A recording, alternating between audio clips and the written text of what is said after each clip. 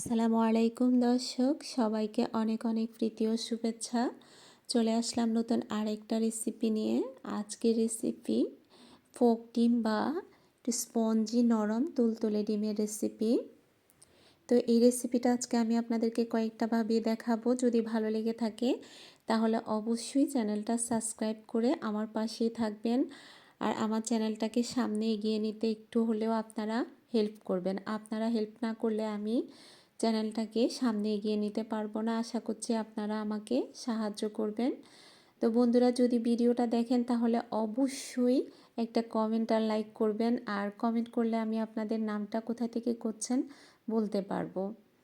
এর জন্য প্রথমে আমি এরকম সিলিকনের ছোট বাটি নিয়ে নিলাম। সিলিকনের, আপনারা চাইলে অন্য কোনো বাটিতেও দিতে পারেন, তবে সিলিকনের এরকম মোল্ড হলে ডিমগুলো তুলে নিতে খুব সুন্দর করে নেওয়া যায়।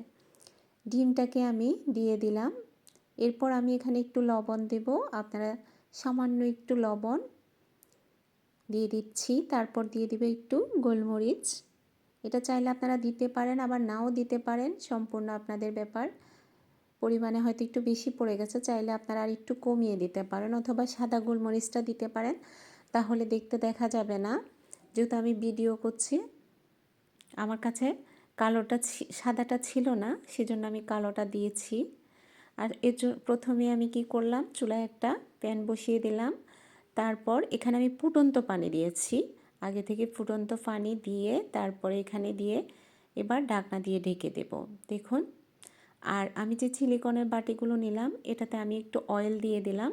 অয়েলটা দিলে ডিমগুলো বেশি স্পঞ্জি হবে।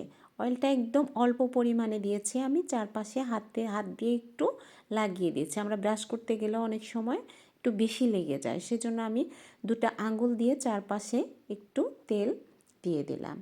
দেখুন আমার হয়ে গেছে। আমি এবার এই দুইটাকে তুলে নেব। এরপর আমি আরেকটাভাবে দেখিয়ে দিচ্ছি। আমি এই চামচটাতেও একটু অয়েল দিয়ে নিয়েছি। আরেকটাভাবে আপনাদেরকে দেখিয়ে দিচ্ছি। এভাবেও ডিমটা খুবই স্পঞ্জি হবে আর অনেক সফট হবে। অনেকে চান কুসুমটা যেন একদম সফট থাকে, কুসুমটা পুরো সিদ্ধ না হয়, তারা এভাবে খেতে পারেন। প্রথমে যেভাবে দেখালাম বা এভাবে দেখতেও সুন্দর লাগে। আর বাচ্চাদেরকে চাইলে আপনি এভাবে খাওয়াতে পারেন, যদি আপনার বাচ্চা এভাবে খেতে পছন্দ করে।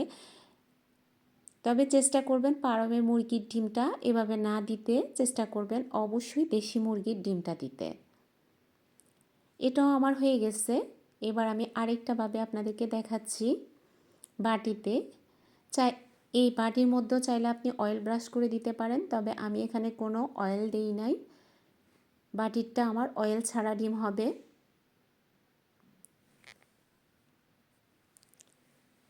দেখুন, উপরে যখন ঢাকনা দিবেন উপরে অংশটাও হয়ে যাবে।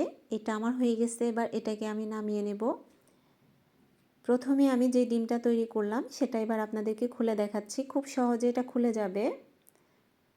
দেখুন, মনে হচ্ছে মাঝখানটা ফেটে গেছে, ভেঙে যাবে, আসলে ভাঙবে না। আমি আপনাদের সাথে আনকাট ভিডিওতে খুলে দেখাচ্ছি এই ডিমটা সম্পূর্ণ, যেন আপনারা বুঝতে পারেন।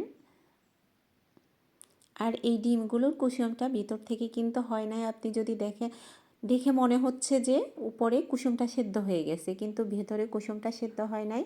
আমি আপনাদেরকে কেটে প্রথমেই দেখালাম। দুটো ডিমকে আমি এটা খুলে নিয়েছি। এবার চামচের ডিমটা দেখুন কতটা সুন্দর হয়েছে।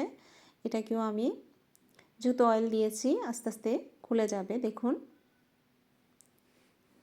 এটাকেও দেখুন কুসুমটা একদম ভিতরে নাড়াচাড়া করছে, দেখে কতটা সুন্দর লেগেছিল। এরপর বাটির ডিমটা, এটারও ভিতরে কুসুমটা একটু সফট আছে, দেখে মনে হচ্ছে যে একদম শক্ত হয়ে গেছে। একটার মোটামুটি মনে হচ্ছে শক্ত হচ্ছে, বাকিগুলো সফটই আছে। চাইলে এভাবেও আপনি করে দেখাতে পারেন। অনেকে নতুনভাবে বাচ্চারা খেতে চায় না, নতুন কোনোভাবে দিলে বাচ্চারা অনেক পছন্দ করে। চাইলে আপনি আপনার বাচ্চাদেরকে এভাবে দিতে পারেন, খেতে কিন্তু খুব মজা লাগে। এভাবে আমি সবগুলো তুলে নিচ্ছি, দেখতে অনেক সুন্দর লাগে। আর সকালবেলায় যদি এরকম হেলদি রেসিপি হয় তাহলে তো কথাই নাই। চাইলে আপনি এরকম দুটো ডিম আর কয়েকটা কাঠবাদাম খেয়ে নিতে পারেন। তা আমি আপনাদেরকে তিনটাভাবে দেখালাম। দেখুন, প্রথমে যে ডিমটা আমি রেডি করেছি ওটা কেটে দেখাচ্ছি। আপনাদের মনে হচ্ছিল না যে কুসুমটা হয়ে গেছে? দেখুন ভিতরে কতটা সুন্দর। আশা করছি সবার ভালো লাগবে। ভালো লাগলে সবাই চ্যানেলটা সাবস্ক্রাইব করে পাশে থাকবেন। ভালো থাকবেন।